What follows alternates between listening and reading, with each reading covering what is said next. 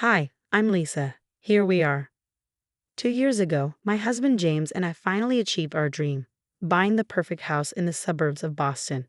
It was everything we had ever wanted: 3 bedrooms, a gorgeous kitchen with granite countertops, and the cutest little breakfast nook overlooking a garden. We worked tirelessly for this place, saving every penny from my marketing agency job and James's engineering career. For the first few months, it felt like living in a fairy tale. We hosted Sunday dinners for James's family, his parents, Patricia and Robert, and his younger brother, Mike. Patricia always brought her famous apple pie. Robert told his endearingly bad dad jokes, and Mike, though perpetually late, redeemed himself by bringing an excellent bottle of wine. It was perfect. This house was made for family gatherings, Patricia would say as she helped me clear the dishes. You two picked such a wonderful home. But then Mike started dating Sarah. At first, Sarah seemed nice enough. She worked in real estate, always dressed impeccably, and laughed at all the right moments. But something about her didn't sit well with me. She had this odd habit of wandering around our house during dinners, running her fingers along the walls, peeking into closets, and asking questions that felt calculated. Everything changed at last month's Sunday dinner. Mike stood up and announced their engagement, and naturally, everyone was thrilled. Champagne was poured, toasts were made. But then Sarah, swirling her glass with a sly smile, said, "Now that we're going to be family, we should talk about family properties." The room went silent. James squeezed my hand under the table. "What do you mean, family properties?" I asked, trying to keep my voice even. Patricia jumped in quickly, her tone overly cheerful. "Oh, families help each other, especially young couples just starting out." Mike nodded, giving me a smile that sent a chill down my spine. "Exactly, Mom. James and Lisa are already established. They could easily find another place." I nearly choked on my drink. Another place. Sarah chimed in, inspecting her manicure as if this was the most casual conversation in the world. "This house would be perfect for us, especially with the nursery we're planning." James stiffened beside me. Robert suddenly became engrossed in his phone. The perfect family dinner crumbled into a series of awkward glances and forced throat clearing. Looking back, I should have seen it coming. The way Sarah had been mentally measuring our rooms, how Patricia kept dropping hints about family obligations in recent weeks. But nothing could have prepared me for what happened next. And trust me, you'll want to hear every detail of how this entitled disaster unfolded. The very next morning, the text messages began. Mike sent me a novel-length message about doing the right thing for family and how Sarah had already started planning renovations. Over coffee that afternoon, I showed the messages to my sister Amy. "Are they serious?" Amy asked, nearly spitting out her latte. "They want your house as a wedding gift? That's insane." I nodded and scrolled to show her more. It gets better. Patricia's been sending me daily essays about family duty and how James and I are more established, so we should help the young couple. "You're only 3 years older than Mike," Amy said, incredulous. "Exactly," I sighed. And that was just the beginning of the storm. Here's how it all went down. I hadn't wanted to go to yesterday's family dinner, but James insisted. "We can't let them drive us away," he said. Big mistake. The moment we walked in, Sarah launched into a monologue about paint samples for her future living room. "Actually," I said, cutting her off, "we're about to repaint our living room ourselves. Navy blue." Patricia's fork clattered against her plate. "But Sarah hates dark colors. You should really consult her before making any changes to the house." That's when I discreetly started recording on my phone. My best friend Carol, who happens to be a lawyer, had advised me to document everything. Smart move. "Mom," James said firmly, "it's our house. We're not consulting anyone about changes." Mike's face turned red. "Come on, bro. You know Sarah, and I need this. We can't afford anything in this neighborhood on our own." "Not our problem," I replied flatly. Sarah burst into tears. "You're ruining everything. We already told everyone at our engagement party that we'd be moving into this house." The room erupted. Patricia wailed about ungrateful children. Mike slammed his fist on the table, making the glasses jump. Sarah kept crying, crocodile tears, obviously. Robert stared silently at his plate, avoiding eye contact with anyone. "This is what's going to happen," Mike growled, leaning across the table. "You're going to sign over this house as our wedding gift, or you'll regret it." Family can make life very difficult. Things got ugly fast.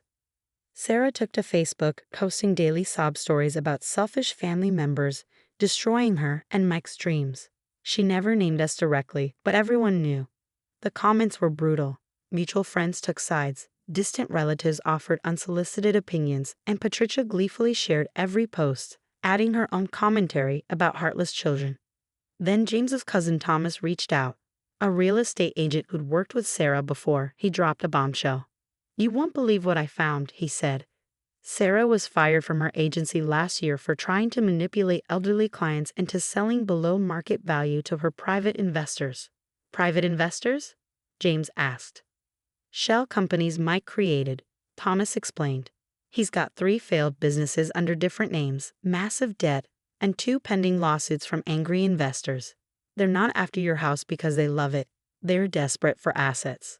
Everything clicked. The rushed engagement, the constant pressure, Sarah's fixation on our property value.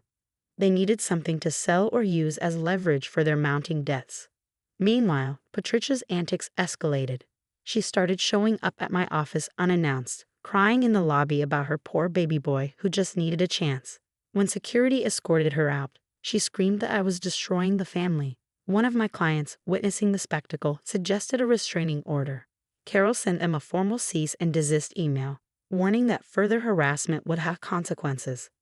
Their response? Mike created a YouTube video titled How My Brother's Wife Tore Our Family Apart. It spread quickly in our local community, and my phone blew up with messages from church members, old classmates, and even my daughter's dance teacher, all asking what was going on. Amy, my sister, helped me organize everything: screenshots, recordings, witness statements. "They're digging their own grave," she said as she sorted evidence into neat folders. "Keep letting them talk." The family split into clear camps. Robert, finally breaking his silence, called James privately. "I can't support what they're doing," he admitted. "I found credit card statements. Mike's in deeper trouble than anyone knows." Thomas dug even deeper into Mike's finances. He's been borrowing from everyone: family, friends, even sketchy online lenders. Sarah's been helping him hide it all. But they're about to crash hard. Through it all, I stayed quiet, carefully documenting every threat, every lie, every manipulative attempt. Let them think they were wearing us down. Let them get bolder. Because while they were busy trying to destroy our reputation, they had no idea Thomas and Carol were building an airtight case against them. And then the reckoning came. Thomas submitted his findings to the state licensing board. Within hours, Sarah's real estate license was suspended, pending investigation into her illegal property schemes. Her perfect social media facade crumbled as former clients came forward, sharing their horror stories. Sarah left a furious voicemail. "I can't believe you ruined my career. This is all your fault." But it wasn't my fault. It was theirs. Sometimes the best revenge is letting people's true nature come to light. Revenge isn't about getting even. It's about holding up a mirror and letting karma do the rest. The dominoes were just starting to fall.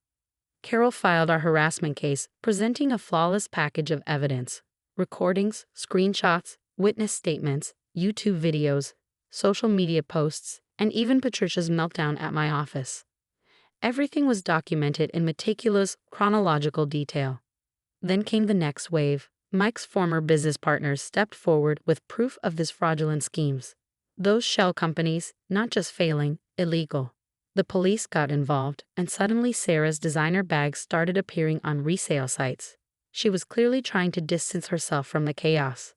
I had no idea about his debts. Sarah wailed in a tearful new video, her engagement ring conspicuously missing. He lied to everyone.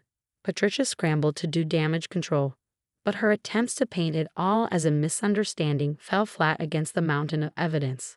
Mike's response? He showed up at our house one night, drunk and raging about how we ruined everything.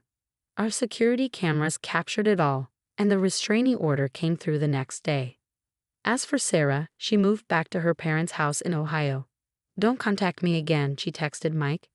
"My lawyer will handle everything." The final blow came when it was revealed that the online lenders Mike had borrowed from weren't exactly legal. The FBI got involved, and watching him do the perp walk on local news felt surreal. Patricia sold her prized country club membership to help cover Mike's mounting legal fees. The same people who had called us heartless were now avoiding her in a grocery store. Funny how fast social circles shrink when scandal hits. As for us, our house finally feels like home again, free of their toxic energy. We still host Sunday dinners, but now with people who actually care about us. Amy, Carol, Thomas, and even Robert, who's slowly rebuilding his relationship with James without Patricia's interference. Mike's facing serious charges. Patricia's in therapy. Sarah's starting over in Ohio. And us? We just repainted the living room navy blue. Sometimes standing your ground means watching others fall on theirs. Our house isn't just walls and windows. It's a symbol of everything we worked for, everything we protected. And now, finally, it's at peace. Like I said, karma doesn't need your help. It just needs an audience.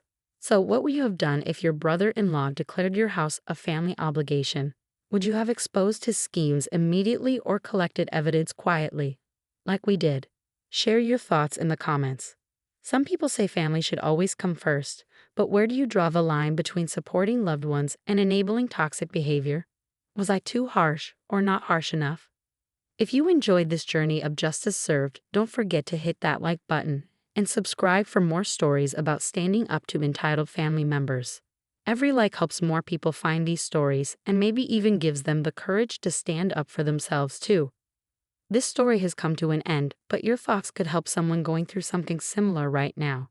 What red flags did you notice early in the story that I might have missed?